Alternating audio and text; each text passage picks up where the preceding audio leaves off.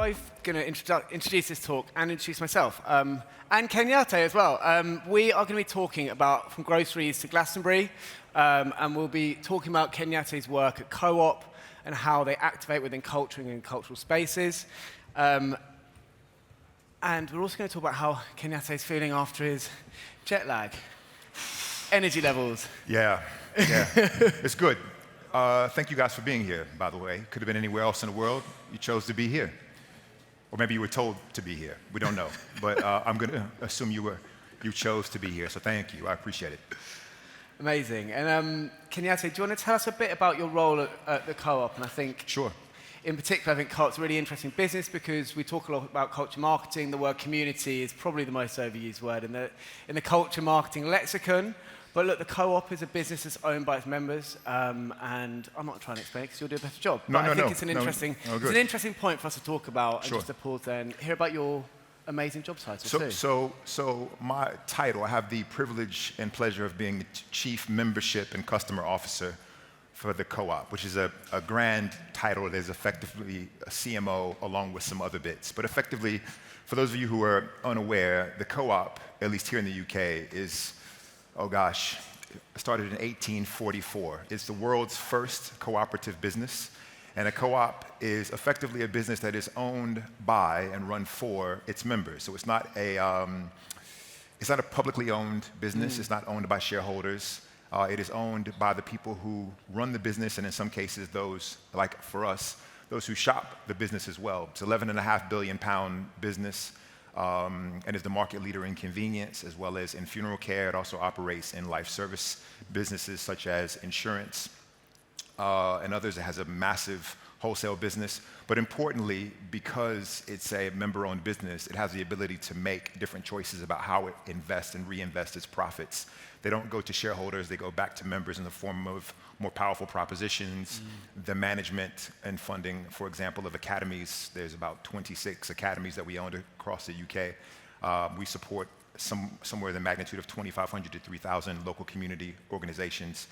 We have a partnership with Bernardo's. So we do quite a bit in the community space because we are a community-owned organization.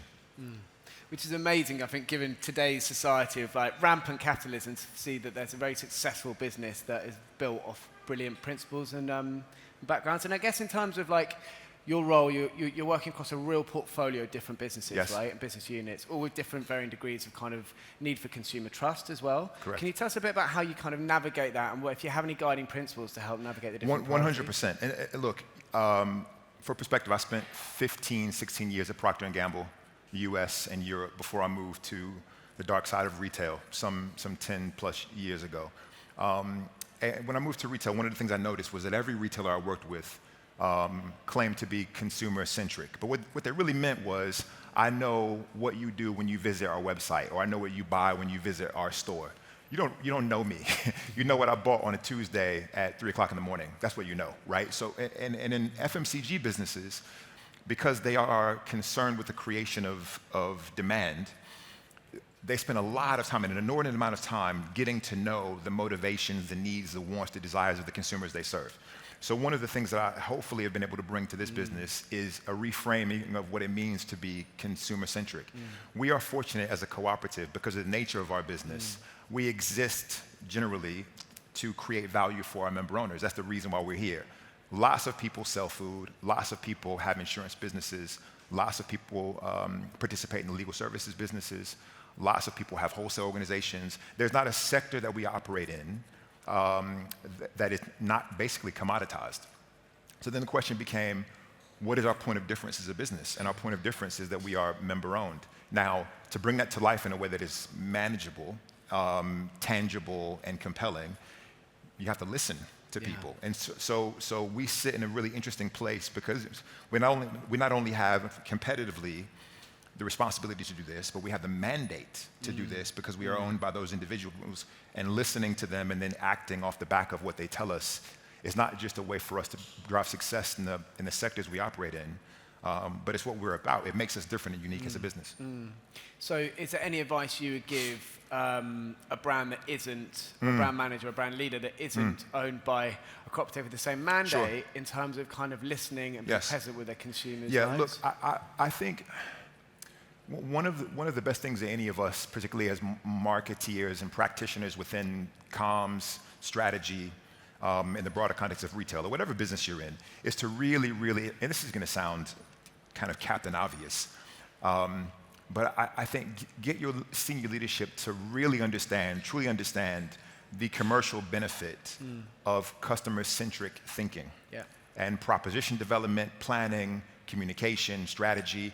Everything that you do in the business should, in my view, should be driven by consumer insight that is actionable, that then delivers for the business commercial and customer benefit.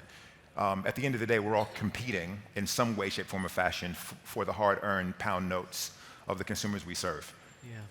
They only make those choices if they fundamentally believe that you understand what it is they're trying to get met. Yeah. There's a great quote you will often hear me say, which is, a customer doesn't care about your purpose, they care about their own. And you don't know what that is unless you ask them. And so really, really being intentional about how you engage, not just looking at data on a spreadsheet. You know, I used to go and see people in stores and follow them around the store, see how they shop. I've done at-home visits where I want to understand how you use the thing you bought. What role does it play in the context of the life you live? That's where the magic happens, in my view. And I think that's so important, especially when you think about culture marketing, because quite often you have an amazing abyss of data to look at quite often, especially as everything goes onto social. But then quite often you forget that there are real people behind a thumb scroll or an engagement, and behind that metric. And not just real people, but real motivations, real concerns, real fears, things that drive people to engage and participate in the things that they engage and participate in. Should we talk a bit about Glastonbury? Yes, I know you were in Portland, but Co-op was in Glastonbury. Yes. And it's been obviously an amazing weekend over there. How's it all been? And tell us a bit about that partnership and how it's come about. It's been incredible, to be fair. We partner, well, we have roughly 9 festivals that we partner with across the UK. 10 activations if you include the Glastonbury store for the staff. So effectively what we do across the festival season is we rock up and literally build a co-op store on the grounds of the festival. And that's beneficial in several ways. One, because if you're a festival goer and you're camping on site, it gives you the opportunity to go into a shop that you're familiar with, know, trust, and buy the things that you need for the 2, 3, 4 days that you're there on the grounds. For us, what's advantageous is the fact that we, as an organization, get to show up in a really unique and different way because it's a pop-up, because it's an activation. Not only do we bring the best of what co-op is to life in that environment, it allows us to almost sample the best of what co-op is, whether that is the creation of economic value through member pricing or the creation of social value through the work that we do while we're on the grounds and the activations we bring to life.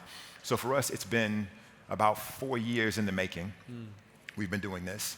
We've moved from strength to strength. And in fact, on the train ride down this morning, I was looking at the results from Glasto, and they're phenomenal. I think we beat forecast this year by, I want to say, around 10%. Really? Yeah, so it's been, look, it's not an easy thing to do. Operationally, it's very tough. You're building a co-op store in the middle of a field, right? And that's, when you walk up to it, you kind of sort of go, oh, yeah, it's a co-op. But people don't think, you know, where'd the floor come from? Where'd the walls come from? Who's bringing all this food? Who's making sure that it doesn't spoil? So it is a massive, it's a Herculean effort across the organization. But it's been quite advantageous for us. It's been really, really good.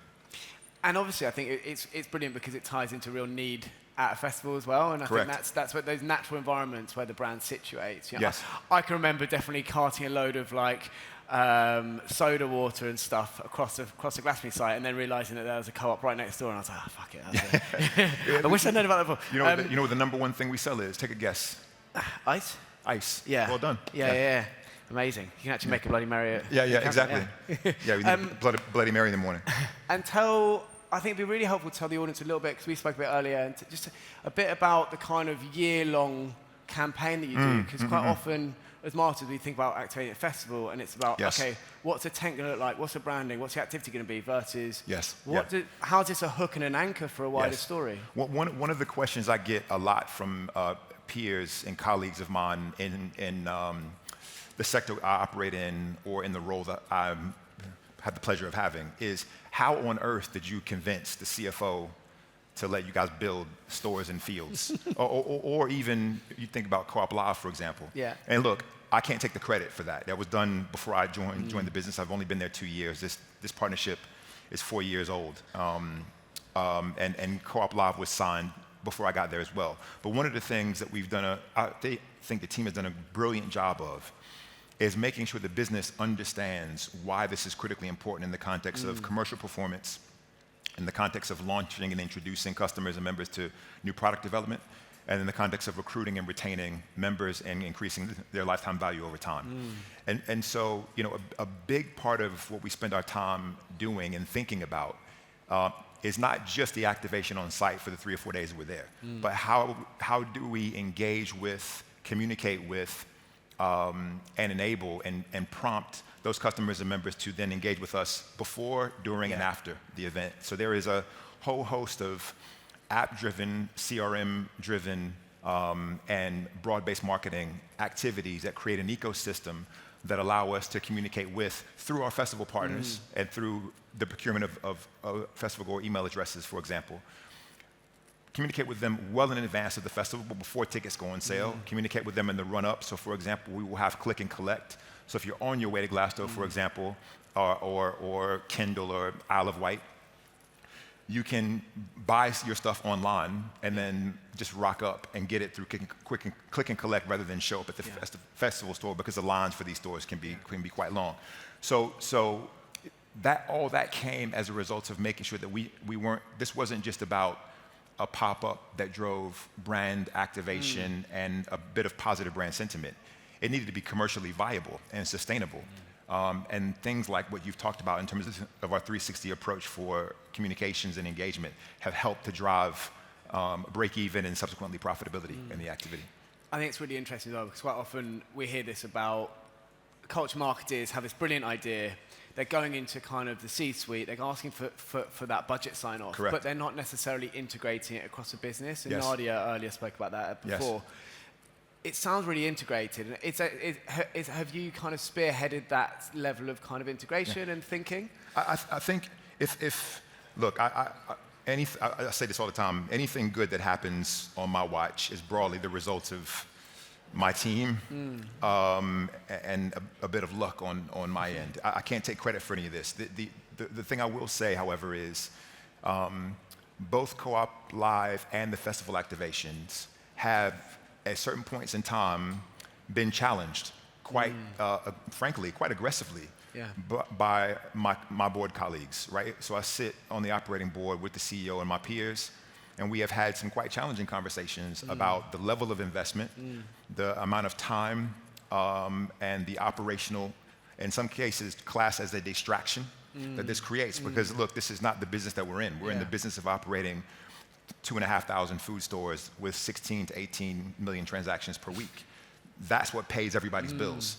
And so if this is viewed as a distraction, if this is viewed as profit destructive, then this thing comes off the table quick.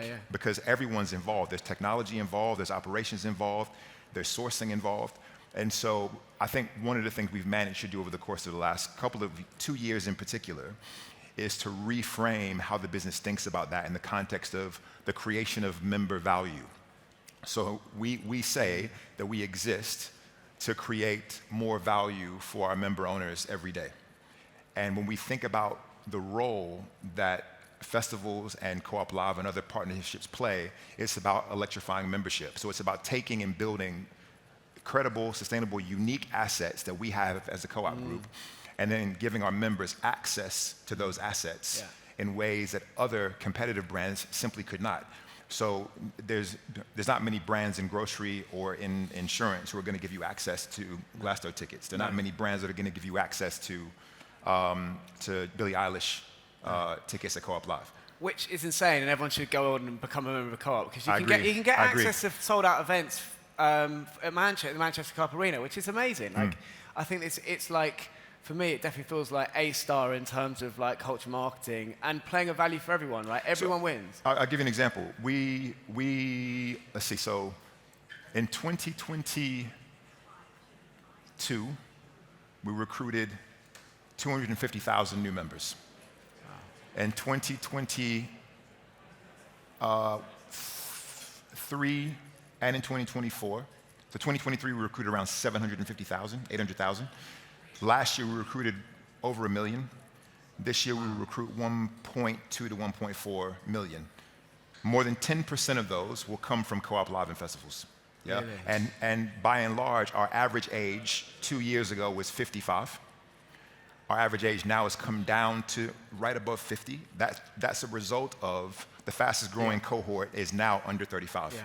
And that's because of festivals and co-op live. These have been, and the proof is in the data. These activations have been incredibly positive in terms of driving member and customer acquisition, as well as giving people a reason to then go tell other people, so driving down the cost of acquisition as well. Is there any advice you would give to someone who is an ambitious culture marketer looking to get an idea like this off the ground, Yes. that may not have the business structure that you have around you? So I think be clear about what it is your business exists to do and what purpose for consumer customer your business exists to serve, right? So we're clear, we're a member-owned business. That is our difference. It's not because we sell avocados. Our difference is we're member-owned and we exist to create value for our members. Then the question becomes, how can you create value for your members that is tangible, relevant, and sustainable? You can continue to do it, and people aren't kind of sort of going, why are you spending all that money over there, right? I think if you answer that first question and then start to scan the horizon for opportunities that do whatever that thing is, in a way that is tangible, people can touch it, and sustainable, you can do it long term and build equity in it. Yeah. I think then you got a fighting shot because then what you've done is connect the activity or the partnership to strategy. And you've connected it to the ambition of the business, and you can point to very clearly why doing this thing helps the business achieve this. Yeah, I think that's really helpful advice, especially in a world where like marketing budget cuts aren't where that budget isn't working, it's getting scrutinized. I think that's really helpful. Can we talk a bit about your thoughts on brands operating in music and culture? Sure. More broadly, I know you've come from a music background, and that's a part of kind of you and your identity. I'd love to hear about, it's not often that there's a CMO in the room that has that background. I'd love to hear about your thoughts on the space more generally. Look, I think any business such as ours that is dealing with a significant part of the UK population, one of the questions I think we should be asking ourselves is, what are people thinking about, concerned with, using their time, energy, effort, doing at the moment? And it goes back to our conversation on being obsessed with the consumer you serve, not just in what they buy from you, how they transact with you, what services they procure from you, but who are they? What are they interested in? One of the great things about our business, because of the nature of our business, we ask a lot of questions about what our members are concerned with, what they're thinking about outside of what they buy from us. I think it then gives you a little bit of a broader and fuller contextual view of what's on the minds and hearts of the people you serve. And if there are things like music, for example, that touch most, if not all, of your consumer base, then the question, or like film, for example, then the question becomes, how might we engage and show up in a way in that space that makes sense for us? In the US, where I'm from, and you guys will have seen this, Super Bowl, which is when the two American football teams compete for the world championship, although they only play teams from the US. That is a massive retail event. So you guys will be familiar with Super Bowl commercials. But what you may or may not know is that in retail environments, the Super Bowl serves as an incredibly big activity ecosystem for brands and retailers, where you walk into a Target or Walmart and brands, drinks brands, pizza brands, food brands will activate massively. But that's because they know that their customer engages in this space. And if there's a way for us to show up in a way that's meaningful and tangible and commercially advantageous, then we'll do that. So I think that's the question for me. It's not, should we be engaged in music, for example, or festivals? It's, what is it we exist to create? And what are our customers, in our cases, our members, thinking about, concerned with? Where do they spend their time, energy, and effort? And if that is backpacking or camping or hiking or sports or whatever it is, then there's probably an opportunity. Amazing. I just want to pause and see if anyone's got any questions. If you do, raise a hand. If you don't, I'm going to wrap up and just say, Kenyatte, thank you so much. Yeah. Some clear takeaways from me have just been completely consumer or customer focused, really understanding, getting beyond the data, thinking about integration when we think about culture marketing. How does it work for all parts of our teams, our business, and how does it drive results? Then also just kind of a reminder to go out and make sure I see the Super Bowl. Yeah, exactly. Thank you. I know it's like stupid hot in here, so thank you so much for the time. I really appreciate it. If you see me around, if you have questions or think of something you want to chat to me about, I'll be around. I got to run to another session, but I'll be around today and tomorrow. Cool. Thank you so much, guys. Cheers.